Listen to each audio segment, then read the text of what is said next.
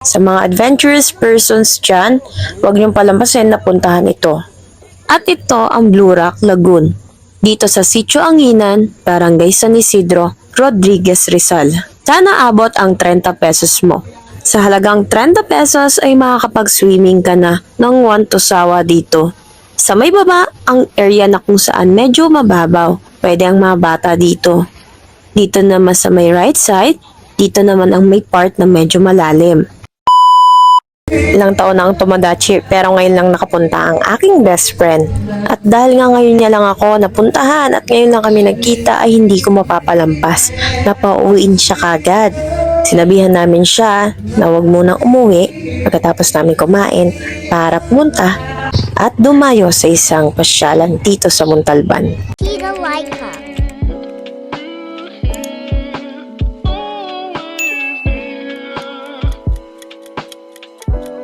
Ayan, kinabukasan, wala pang ligo-ligo, walang hila-hilamos, walang toothbrush, sumakay kagad ako ng tricycle.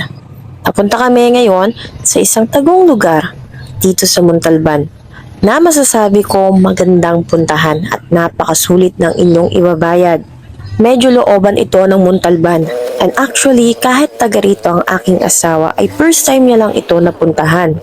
Siyempre kasama ang aking kaibigan, ang aking best friend, at ang aking pamilya na excited sa mga ganitong pasyalan. Wala pang almusal at kain ay dumiretso na kami doon.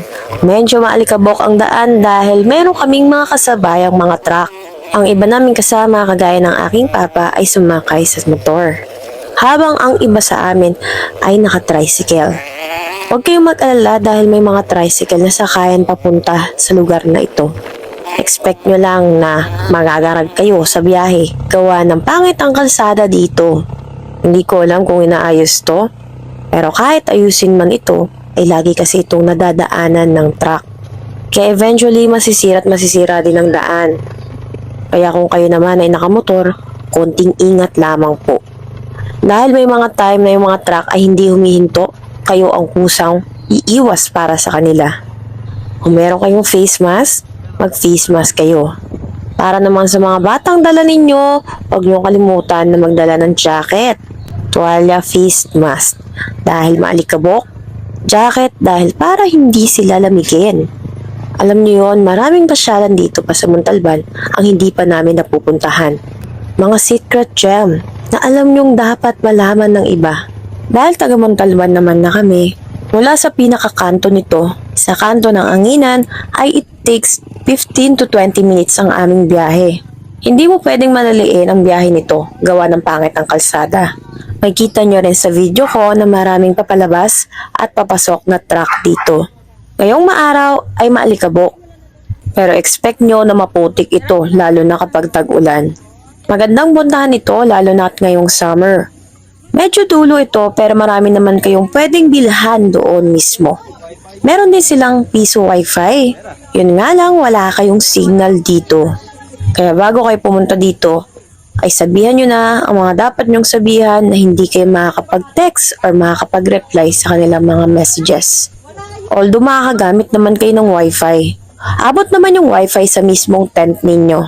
Sa mga adventurous persons dyan, huwag nyong palampasin na puntahan ito.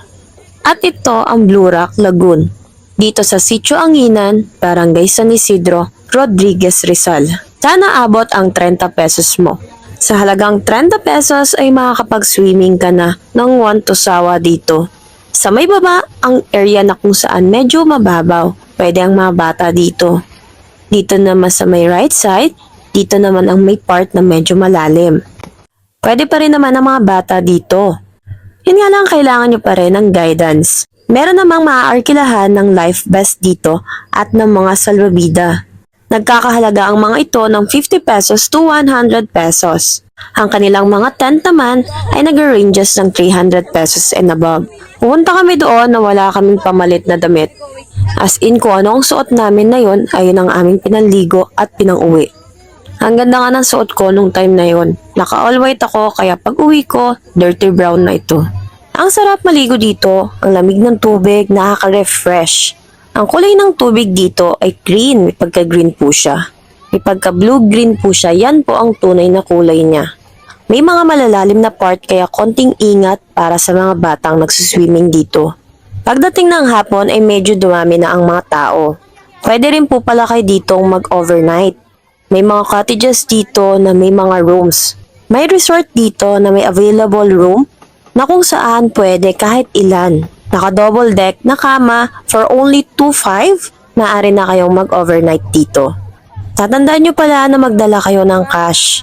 Cash pieces kasi sila dito. Meron naman silang cash in and cash out sa GCash. Yun nga lang kapag ang GCash ninyo ay naghahanap pa rin ng code. Wala kayong marireceive na text. Noong time na yon ay wala kaming cash. Kaya nagchat ako sa kakilala ko para sendan yung cash outan ko na tindahan. Pwede ka rin namang magluto dito. May mga available na uling dito at magdala ka ng mga lutuan. Marami ka ding pwedeng pwestuhan na cottages. Actually, yung mga iba na parang taga rito lang ay naliligo lang talaga at hindi kumukuha ng cottages. Saka po sila sa mga gilid-gilid, pero much better na kung kumuha kayo dito ng cottage. Of course, para makapagpahinga kayo at para meron kayong maupuan na mas maayos. Hit na hit ngayong summer. O diba, for only 30 pesos ay makakapag-swimming ka na sa ganito kagandang lugar. Malinis ang tubig, hindi ka mangangate dahil sa mga chlorine, napakalamig, at malapit ka ba sa nature. Diba, kung nature lover ka, I'm sure magugustuhan mo ang lugar na ito. Sakto at birthday din ng kapatid ko ng araw na yan. Nakaselebrate na kami ng birthday niya at nakapasyal pa kaming pamilya kasama ang aking best friend. May mga palikuran din dito kung sakaling gusto nyo mag-CR or kaya magpalit ng inyong mga damit at magpanlaw. May mga tricycle din naman kayong masasakyan pa uwi. At bago matapos ang araw na ito, ay binukta natin pa uwi ang aking kaibigan via Lalamove. Mas maganda ang biglaan kasi natutuloy. Kaya kulayan nyo na ang mga drawing ninyo ngayong summer. Kaya kung may mga get-together kayo, ang inyong mga kaibigan ay magandang mag-adventure din kayo sa Blue Rock Lagoon. Dito sa Montalban, Rizal. Salamat sa panonood ng aking journey, ang get-together namin ng aking kaibigan. Yun lang, thank you for watching and see you next vlog. Bye! Thanks for watching. Share. Don't forget to like, comment and subscribe. See you next vlog.